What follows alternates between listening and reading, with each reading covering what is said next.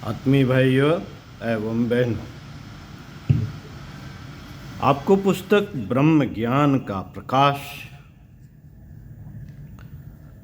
लेखक पंडित श्री राम शर्मा आचार्य गायत्री मंत्र के तत्व अक्षर की व्याख्या पढ़कर सुना रहे थे।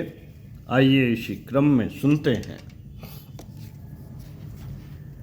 ब्रह्म ज्ञान की प्राप्ति कैसे करें?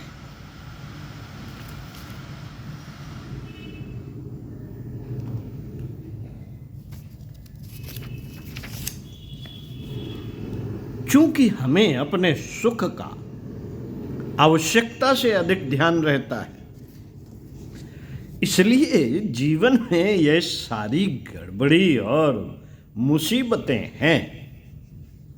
इंद्रिय सुख के संबंध में प्रत्येक का यही अनुभव है कि वह ऐसा सुख नहीं है जो मनुष्य को निश्चित कर दे, निश्चिंत कर दे। प्रत्युत वह दिनों दिन कष्ट उत्पन्न कर बंधन को बढ़ाता ही रहता है। इस सुख में तृप्ति नहीं है। किसी भोग को कुछ समय तक स्थायी रखने से मनुष्य को उसकी आदत पड़ जाती है। उसकी आदत पड़ जाती है, फिर तो अनायास ही अचेतन मन उस काम को कर बैठता है।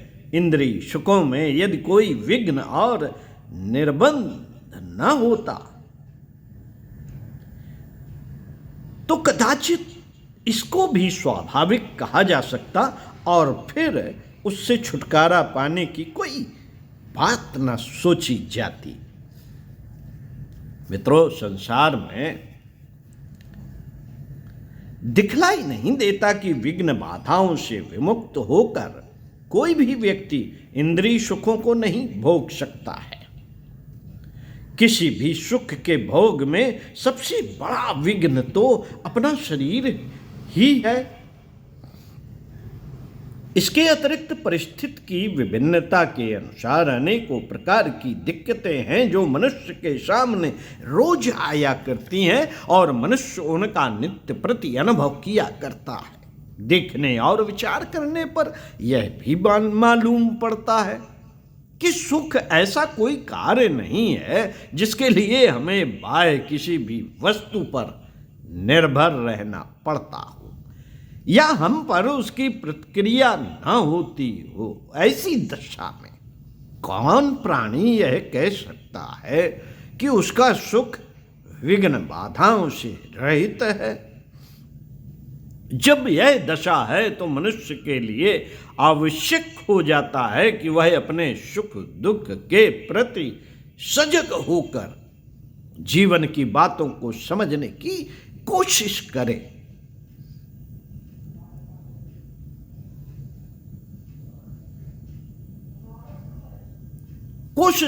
और अपनी किसी इच्छा का जबरदस्ती दमन न करके उसके रहस्य को समझे।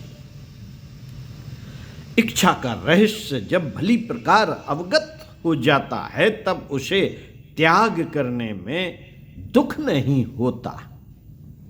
उचित प्रयास द्वारा मनुष्य उसे छोड़ने में समर्थ होता है। यह काम भी आसान नहीं। यदि मनुष्य सदा सजग रहे तो संभव अवश्य है। यदि मनुष्य अपने चिरकाल के अभ्यास को नहीं छोड़ पाता तो उसे कोई दूसरी संज्ञान युक्त बतलाई भी नहीं जा सकती। ऐसे असमर्थ प्राणी सदा दुख में ही अपना जीवन व्यतीत करते हैं। साथियों, मनुष्य को सच्चे मार्ग पर लाने के लिए दुख से बढ़कर कोई वस्तु नहीं। दुख ही मनुष्य को सजग होने का अवसर प्रदान करता है। सजगता द्वारा जीवन का बोध हो जाने पर उसकी गति स्वाभाविक हो जाती है। आरंभ में चित्त पहले से भी अधिक अशांत हो जाता है, लेकिन यह अशांति सजगता के प्रकाश में धीरे धीरे कम होने लगती है आरंभ की। यह वह परेशानी है जो जीवन को समझ की राह पर ले जाती है। जीवन की त्याज्य बातों को समझकर ज्यों ज्यों मनुष्य इन्हें आसानी से छोड़ सकने में समर्थ होता है, त्यों त्यों उसका जीवन अधिकाधिक स्वाभाविक और गंभीर बनता जाता है। त्याग की हुई वस्तु में फिर उसका राग नहीं रह जाता। छोड़ने पर मन में उसके प्रति न कोई क्षोभ होता है और न उस पर विजय प्राप्त करने का गर्व ही। वह प्राणी अपनी किसी दशा में प्रतिहत नहीं होता। जीवन उसे अधिक रुचिकर और अपना मालूम होता है क्योंकि उसने उसे पास से देखा है और उसके अलग अलग पहलुओं पर गौर करना सीखा है। जीवन के साथ समवर्ती होने पर कष्ट कम होने लगता है। उसके सामने जो बात आएगी उसे समझने के लिए वह अपना हृदय, मन और बुद्धि अर्पित कर देगा। उसके विचार और कार्य में कोई अंतर न होगा। अपने को समझाने के लिए मनुष्य को अन्य किसी व्यक्ति के उपदेश और आलोचना की आवश्यकता नहीं होती। साथियों, राग द्वेष से प्रेरित होकर वह न किसी को अपना मित्र समझेगा और न शत्रु ही। वह मनुष्य अपने को समझने में इतना संलग्न हो जाएगा कि बाह्य वस्तुएं उसके लिए उपेक्षणीय हो जाएंगी। दूसरों की बातों पर ध्यान देने के लिए उसके पास समय न रहेगा और वह दूसरों के प्रति कोई विरुद्ध बात ही न सोचेगा। किसी को अपने से श्रेष्ठ समझकर न वह उसका प्रभुत्व स्वीकार करेगा और न किसी को अपने से न्यून समझकर उसकी उपेक्षा करेगा या उस पर प्रभुत्व दिखलाएगा। दोनों ही दशाओं में भीतर भय और भेद रहता है। इसलिए ऐसे जीवन में न समत्व होता है और न स्वाभाविकता ही। इसका परिणाम संकीर्ण और अवनति है। साथियों, जीवन में जब दूसरों का प्रभाव अधिक पड़ने लगता है तब वह मनुष्य अपना नहीं रह जाता। उसके अंदर विचार और स्वतंत्र कार्य करने की क्षमता का अभाव हो जाता है। जीवन की ऐसी परिस्थिति में सत्य का प्रदर्शन नहीं होता। सत्य का अनुभव करने के लिए प्रत्येक प्राणी को अपना बन जाने की आवश्यकता है। सत्य की खोज करने वाले को हर्ष, शोक, मोह, अनुराग और प्रबुद्ध की भावना को अपने पास नहीं आने देना चाहिए। ये दशाएं मन को उत्तेजित करने वाली होती हैं। चित्त को ऐसी स्थिति में रखा जाए, चित्त को ऐसी स्थिति में रखा जाए कि उस पर बाहरी कोई बात अपना प्रभाव न डाल सके। चित्त में जब आनंद और निरालंब प्रेम स्थान पा लेता है, चित्त में जब आनंद और निरालंब प्रेम स्थान पा लेता है तब अपने पराये का भेद मिट जाता है।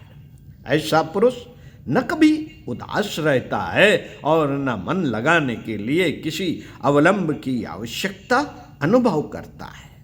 जीव जंतु और लता बल्लियों के साथ अपना सौहार्द हो जाता है। कष्टदायक अवसरों पर भी जीवन में अभाव होना आरंभ हो जाता है। कष्टदायक अवसरों का भी जीवन में अभाव होना आरंभ हो जाता है। मन सदा प्रसन्न और एकाग्र रहने लगता है। संसार के साथ उसका अम्लान प्रेम का संबंध स्थापित हो जाता है। संसार की प्रत्येक वस्तु में वह अपना रूप देखता है, उसको सर्वत्र सत्य का दर्शन होता है और प्रत्येक अवस्था उसके लिए आनंद की अवस्था हो जाती है। वायु के रूप में वह संसार की सैर करेगा, फूल पत्तियों और घास के साथ वह नृत्य करेगा। आकाश उसका रूप होगा, जल, पृथ्वी और अग्नि उसके बाह्य प्रतीक होंगे।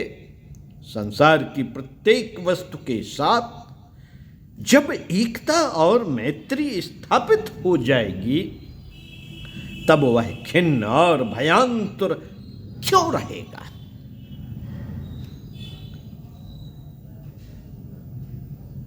शुद्ध और पवित्र मन के अंदर उच्च और वांछित भावना उदय होती है।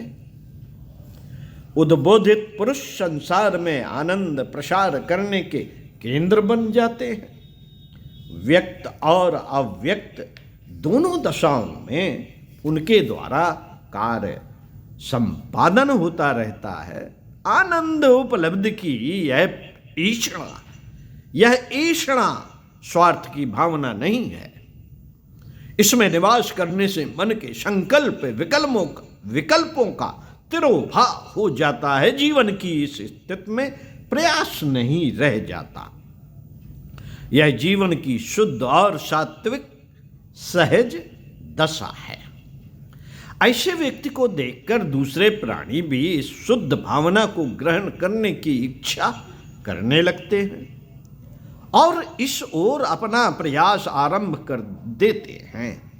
इस शुद्ध अवस्था की प्राप्ति एक ही क्षण में नहीं हो जाती, एक ही क्षण में नहीं हो जाती, पर इसमें हताश होने की कोई बात नहीं। सत्य सबके लिए एक और अनिवार्य है। सभी एक न एक दिन इसे प्राप्त करेंगे। सत्य सबके लिए एक और सत्य सबके लिए एक और अनिवार्य है। सभी एक न एक दिन इसे प्राप्त करेंगे। प्रश्न केवल समय का हो सकता है। प्रश्न केवल समय का हो सकता है। इसके लिए सबसे आवश्यक बात है तीव्र वेग का होना। तीव्र वेग वाले प्राणी उसे शीघ्र प्राप्त कर लेते हैं। उन्हें इधर उधर भटकना नहीं पड़ता।